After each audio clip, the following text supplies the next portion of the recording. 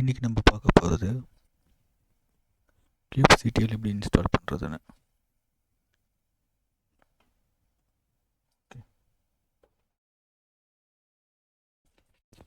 டாக்குமெண்ட்டில் இருந்து நான் காப்பி பண்ணி எடுத்திருக்கேன்.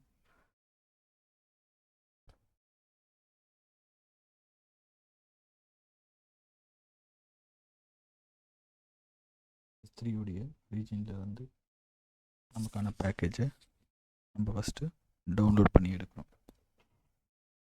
kubectl package. நெக்ஸ்ட்டு ஸ்டெப்பு, எடுத்த பேக்கேஜுக்கு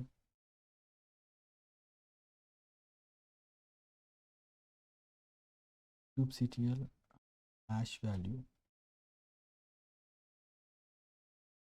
பேக்கெட் பண்ணணும். எடுத்த இந்த ஹேஷ் வேல்யூ கரெக்டாக இருக்கான்னு வெரிஃபை பண்ணுறோம்.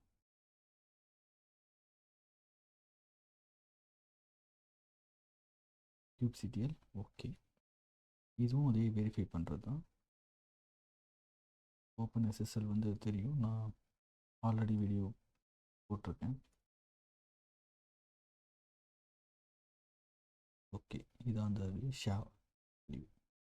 ஷா வேல்யூன்றது வந்து ஒரு இமேஜ் இருக்குது அப்படின்னா அந்த இமேஜோடைய ஒரு என்விரான்மெண்ட்லேருந்து இன்னொரு என்விரான்மெண்ட்டுக்கு நம்ம ஒரு இமேஜை மூவ் பண்ணுறோம் அப்படின்னா அந்த இமேஜோடைய ஷா வேல்யூவும், அது ஷா வேல்யூனா ஒன்றும் இல்லை ஐடி, அந்த ஐடியும் நம்ம காப்பி பண்ண வேறு ஒரு ரீஜனுக்கு காப்பி பண்ண அந்த இமேஜோடைய ஐடியும் சேமாக இருக்கணும்.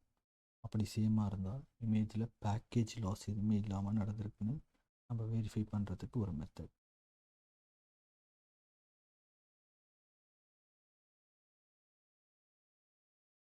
காப்பி பண்ணணும்.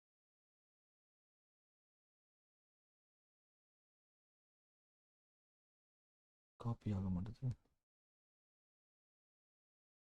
ஓகே, இப்போது நம்ம இங்கே ஒரு ஃபைல், ஓகே அது காட்டல, எல்எல் கொடுக்குறேன். எல்எல் கொடுத்தா எனக்கு இந்த kubectl ஃபைலுக்கு நான் என்ன பண்ணுறேன்னா பர்மிஷன் கொடுக்குறேன். என்னென்னா எக்ஸிக்யூட் பர்மிஷன் கொடுக்குறேன். ஏன்னா இதுக்கு எக்ஸிக்யூட் பர்மிஷன் இல்லாமல் இருக்குது. இப்போ நான் எக்ஸிக்யூட் பர்மிஷன் கொடுத்துட்டு எல்எல் போடுறேன். இப்போ பாருங்கள், எக்ஸிக்யூட் பர்மிஷன் கிடச்சிடுச்சு. அதுக்கு முன்னாடி ரீடு ரைட்டு மட்டும் தான் இருந்தது. இப்போது எக்ஸிக்யூஷன்ஸ் ஆட் பண்ணியிருக்கோம். நெக்ஸ்ட்டு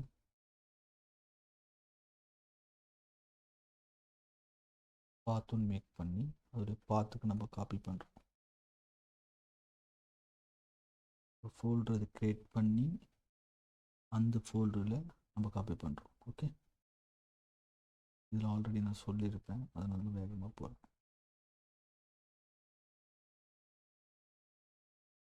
ஓகே, kubectl ஒர்க் ஆகுது.